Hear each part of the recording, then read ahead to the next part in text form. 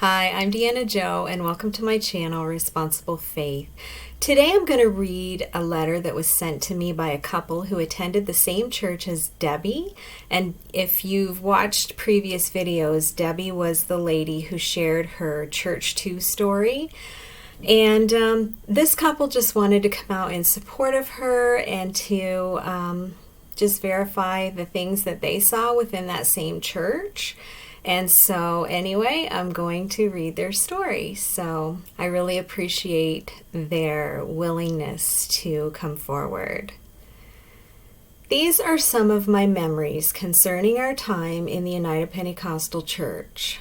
It's really only the tip of the iceberg, but it should give you a general idea of what we experienced. Dan and I worked at a restaurant together. Every Sunday morning and Sunday evening, a church group would come in. No one wanted to be assigned to their tables because they ordered little and left poor tips. Their kids were misbehaved and they always left a huge mess. I usually had to wait on them because I was the newest waitress. One of the ladies in the group witnessed to me. Dan and I took a Bible study with her and her husband. Dan, my two children, and I began attending church in 1985. We attended the Madison Church for 22 years and then two other UPC churches for another 8 or 9 years. The first church we attended had around 150 members at the beginning of our time there. We felt like everything was perfect at first. Everyone was so nice to us and included us in whatever was going on. Once in a while, I felt vibes that there were things going on that people didn't want us to know about. I saw people whispering and giving looks in different people's directions. I did ask about it and was told God will take care of things. We changed our lifestyle almost immediately. I only wore dresses and skirts, removed my jewelry, and stopped wearing makeup. The Madison Church taught that it was an abomination for a woman to wear pants, low-cut shirts, or sleeves above the elbow. They forbade jewelry and makeup as well. A woman's hair was to remain uncut, but we were allowed to wear wedding rings. They taught these standards in a class called Stewardship, which they required all new converts to attend every Sunday morning. They also didn't want men wearing shorts or having long hair. They didn't want us going to the beaches or parties and told us over and over to be at church every time the doors were open. This caused issues with our families since we missed many birthday celebrations and holidays so we could be at church. Dan moved out of our apartment as we were not yet married. We stopped drinking and I stopped smoking. Although we had very little money, we began paying tithes immediately. When we told John Grant, the pastor, that we had started paying tithes, there was an elderly lady standing there with us who said, even though tithes aren't required in the New Testament? Nobody responded to that. The pastor acted like he didn't hear it, and we thought she was probably a little senile. We witnessed to our family and friends and heard feedback from some of them that our pastor was controlling and stern. We didn't see it yet and assumed they were simply misinformed. We began to see that Pastor Grant was put on a pedestal. Every holiday, birthday, and anniversary was celebrated with special services, gifts, and fanfare. At first, the gifts were not extravagant, but as the years went by, the gifts became expensive and ridiculous. They were given boats, cars, vacations, cash, and more. In the years before we left, around 2005, the pastor announced that they could no longer go around and thank people for gifts because they received so many they couldn't keep track of them all. Church membership had grown to around 1,100 members by then. After that announcement, we stopped giving them gifts. Pastor Appreciation Day was always celebrated for the entire month of October. It seemed like every family gave them a gift of some type, plus there was one service set aside for intense praise to him and his wife. This service is when they were given some of the large gifts from the church. One pastor appreciation service began with a group of men carrying Pastor Grant into the church, sitting on a chair decorated and painted to look like a throne. It was like something a pharaoh would be carried on, with a platform under the chair and handles for the carriers to hold him up. We were very uncomfortable and embarrassed when we saw this happen, and I felt ashamed to be there. It definitely did not sit well with us, but the pastor accepted it. The pastor worship there was nothing less than idolatry. There is so much, it's overwhelming to know what to share. One business meeting, Pastor Grant was asking the congregation to purchase him a Cadillac. During his begging session, he literally said, "You want your pastor to look good, don't you?" I remember it being a moment that I questioned to myself, could he be wrong? I was so blind that I quickly pushed it out of my thoughts. It was a short time later that during a service he told the congregation not to drop off any family members at the front door if you have any oil leaking from your car. He also said to park in the back of the church if you have a rusty car. We felt it was quite arrogant and heartless. One business meeting, he informed us that a bar owner in Madison had passed away and left the building to the church. He wanted people's thoughts on whether we should accept it or not.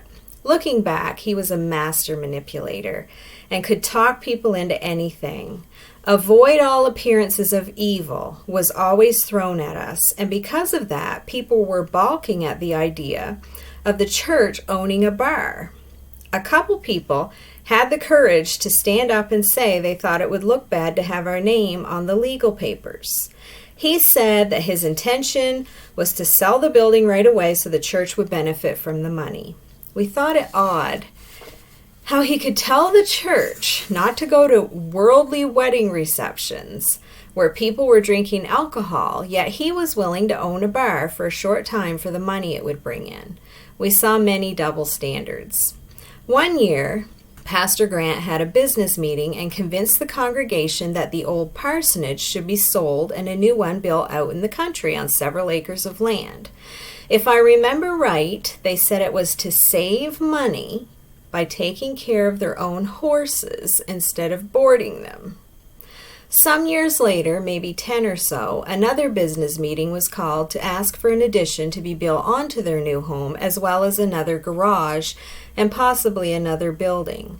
In addition, they said it would be to save money by having visiting ministers and evangelists stay there instead of putting them up in hotels. It would be a separate area in the house, like a mother-in-law suite. Of course, it was approved, but guess what? After we left, we heard that it did not turn out to be used for visitors. Apparently, the pastor's granddaughter and her family moved into it. We always thought that was outright fraud, but who are we to say? All I know is the pastor's manipulation became clear to us, and we were disgusted. For years, he constantly complained about the Christian school costing the church so much money. I never heard him say that our children were worth the expense or the bother of running a school. It was always discussed as if it was an albatross around his neck. When another church in the city was making some changes, Calvary Gospel was offered their childcare business, complete with the 2 women who ran it. It would mean an additional and steady source of income. Several people spoke out against it, including one young lady who grew up there and had a degree in childcare.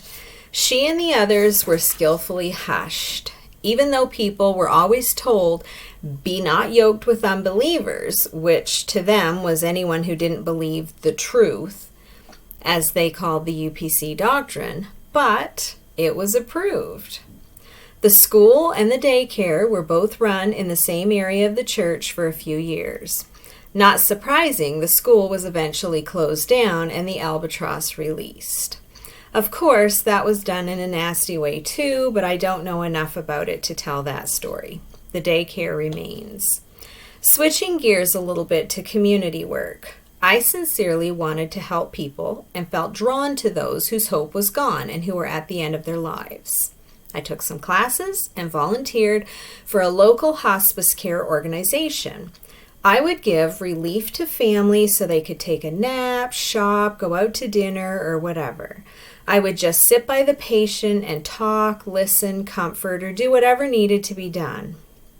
When I told the pastor I was doing this, He frowned at me in a disapproving way. After my first patient passed away, I didn't sign up to help another since I had picked up the vibe that told me I was doing something wrong. I had no clue why. I switched gears and decided to do work with the pregnancy helpline. I again took classes and learned how to help people in distress over unplanned pregnancies. I would take calls in home and try to calm scared and hurting women. I would talk to them about adoption options. I took baskets of baby clothes, diapers, and other gifts to new young mothers, wishing them well and offering them help should they ever need it. Again, I let the pastor know about helping these women, and again, a disapproving frown and silence. As before, I felt I was doing something wrong, and I quit my volunteer work. Because the church was constantly starting up new programs, I finally got it through my thick head that I was only to offer my time, energy, talents, passion, and of course money to our church. It kind of killed some of the passion I had to follow my heart. Along with the disapproving looks and silence came fiery preaching, letting us know that almost anything we said or did could send us to hell. Misused scriptures were used to enforce the fear of hell and eternal punishment. Screaming and yelling at us was fairly normal. I always felt like I was dangled between heaven and hell, never really knowing what my destination was. We were told we didn't deserve salvation, but that Jesus had died to give it to us. Then, out of the same mouth came threats of if we didn't live right, we were doomed to the fire. It was all very confusing. Good works, grace. Love, punishment. Perfection, flaws. My emotions were constantly messed with, and I had no peace in my soul. I always felt like I was a failure, not good enough, a mess. I lived with those feelings for over 30 years. We never, or very rarely, heard about God's love. It was not uncommon to see a man in his 20s and 30s sitting with, walking with, and out in public with a teen girl. In one instance, I went to the mother of a young girl and asked her what was going on. She replied, that they were just friends. It turns out, according to the woman and the police report she eventually filed, that he was sexually assaulting her and had raped her when she was 14. He was in his 30s. We also saw her sister in the company of an older man. These young girls were made to feel like they were special, chosen by men of God. But they came out later to tell us they were molested and raped. Several couples married who had been 15 to 17 years apart in age, with the girls just barely 18 and the men in their late 20s and early 30s. All of the courtships we witnessed began when the girls were younger. When our youngest son was 6, he was in a Sunday school class with around 60 kids, and I think the ages were 5 to 15. Our son told us the teachers told the students not to raise their hands for any reason. Our son had to go to the bathroom and was afraid to raise his hand. He had an accident. He said the male teacher, who we will not name at this time, dragged him by the hand down the hallway and came into service to let us know what had happened. This happened twice. Years later, our son told us that the second time it happened, upon returning to class, the teacher announced it to the entire room full of people and then started laughing. The other kids laughed as well. Our son was humiliated and somehow ended up on the floor in front of his chair and buried his face in his hands. The male teacher bent over the top of him, looking as though he was praying with him, and whispered, "If you tell your parents, I'll kill you." Our son did not tell us this part right away because he was terrified, but he did tell us he never wanted to return to the class and was afraid of the teacher. In the meantime, we had been struggling with the volume of the music during worship service. It was so loud, it was causing me migraines. We were told it was giving other people migraines too. This went on for many months. We asked the pastor's wife and the sound people if it was possible to have the sound turned down a bit. They always said it was more involved than just turning a knob to reduce the volume. Because of the migraines and because we weren't comfortable with a Sunday school class being from ages 5 to 15, we decided to check into a smaller church in a nearby town. We made an appointment for after service on a Wednesday night to talk to John Grant to let him know we were leaving. The secretary insisted that we tell her what the appointment was for. After the service, we approached him and said we were ready for the appointment, and he said he couldn't talk because he was too emotional over the video we had just watched. I said to him, "Okay, we don't have to meet, but we're just letting you know that we will no longer be attending here and we're going to the Sun Prairie Church." He replied, "No, you can't leave." I said, "We aren't asking you for permission. We're telling you we're leaving." He said, "Get into my office." For the next 30 minutes or so, he said these things to us. "If you leave, you can never come back. The Sun Prairie pastor has no experience. Their youth leader took kids out on his boat and let them bring visitors who wore bikinis.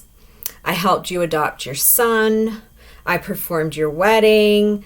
How do you think I felt when I found out about this from my secretary?" After he threw all these comments at us, we again said we were leaving. Once he saw that his bullying wasn't going to work, he finally said, "You can go with my blessing. You're welcome back anytime." Because we noticed that every time a family left the church, they were discredited from the pulpit, we wrote an email and sent it to everyone at the church, including those in leadership and the pastors. This was an attempt to prevent gossip about why we were leaving. We simply stated we thought a smaller church setting and a smaller Sunday school class would work better for our son's shy personality. The next morning, when we got to church, no one would speak to us. People we were close to turned from us and walked the other way as we approached. 2 or 3 couples we had been close to didn't even respond when we said good morning to them. Darlene Grant, the pastor's wife, swiftly pivoted and changed directions when she saw us coming toward her. The shunning had begun. No one said goodbye to us. No one wished us well or said they understood. 22 years there, paying tithes and giving right from the start, giving our time, our energy to countless ministries, putting our kids through the school there, and we meant nothing to them. Dan's mom and aunt still attend there and told us that Pastor Grant announced from the pulpit, "People who leave to go to a smaller church don't love souls." Not one person from that church, including our friends, ever reached out to us to see how we were doing after we left. I did run into an old friend from the Madison church about 6 months later, and she visited the Sun Prairie Church from time to time after that. When we went to the Sun Prairie Church, we were embraced by the small congregation and the pastor. We truly enjoyed our time there and learned about the love of God. We got close to the pastor and his family and had some wonderful times with them. He had a tender heart and he really loved people. Occasionally, a particular friend of mine from our first church would visit the Sun Prairie Church. This family had been through terrible times, including health issues and financial disasters. They lived in a very old farmhouse and the roof had a large hole in it. The hole was about the size of a small car. The husband was pretty much bedbound and the wife had to take care of everything. In order to catch rainwater and snow, she had put kiddie pools up in the attic. When the pool collected water, she had to carry 5-gallon buckets down 2 flights of old farmhouse stairs to empty the water out. Our Sun Prairie pastor told us he felt bad about it, and the members all agreed. We put together a team to go over and patch the hole in their roof. The Sun Prairie pastor said he felt he needed to get permission from John Grant since she actually was a member of Calvary Gospel. He told us he called John Grant and was told, "No, you can't do that." This couple with the hole in their roof had been members in Madison for around 25 years at the time. Calvary Gospel Church never helped them with their roof either. Their house eventually collapsed shortly after they moved out. They are still members there. She asked if they could begin attending the Sun Prairie Church and was told no. She obeyed. After a few years, the Sun Prairie pastor started acting strange, preaching that they could not be friends with members and that they had to have pastors for friends. He started preaching that people needed to be nice to his kids and about what hard workers they were. He would literally preach entire services about these things. In the meantime, we had decided to put our house up for sale so we could move out to the country. We visited the new church we'd eventually attend, just to be sure we would like it. Our plan was to go to the Sun Prairie Church until we moved. Sadly, that pastor had changed so much it was almost scary. We walked out after attending for 5 years. This pastor actually called us several years later and apologized. He said that he went to therapy and was doing much better now. It was so healing to hear from him, and we have respect for him. He's still a UPC pastor in Wisconsin. We began attending our new church, which was an hour away. At this church, the people were also very nice and welcoming, but we got bad vibes from the pastor. He came off as arrogant and power-hungry. He told us we had to sit for 6 months before we could become involved in anything to prove ourselves faithful. We'd been faithfully attending the 2 UPC churches for 27 years by then, and were always involved in ministries and never missed paying our tithes and giving. We had no choice in it, so we sat, watched, and listened. We stayed there for 3 years, and without exaggeration, we never learned a single thing from that pastor.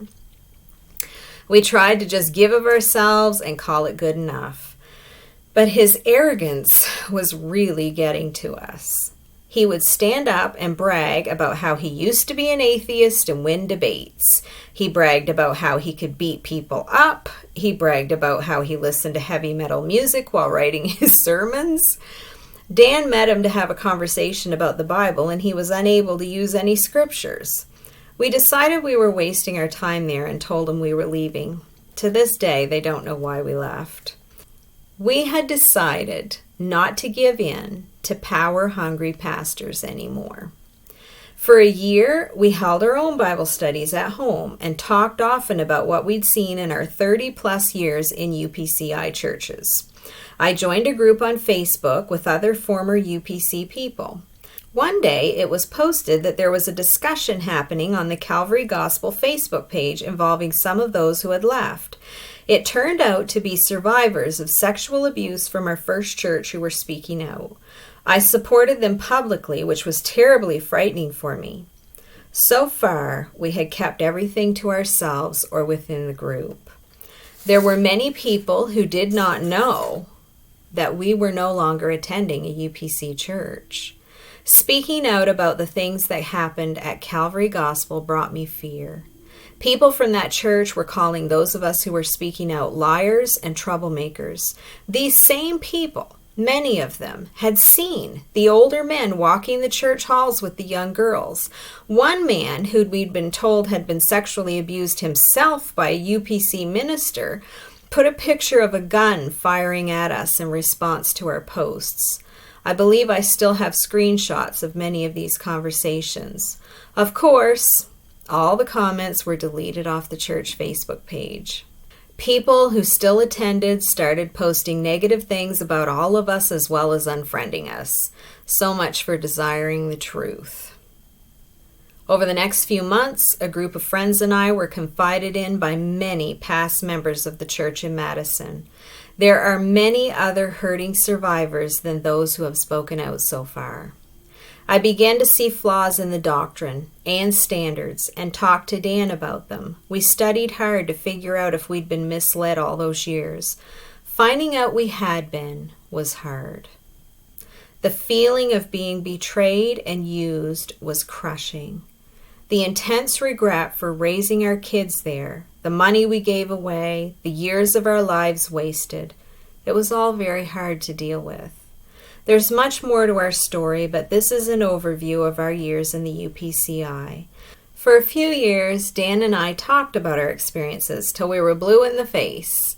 We felt the benefit of exploring the feelings and dealing with the emotions of it all. Having been out for 5 years now, we are healing and happier than we've ever been.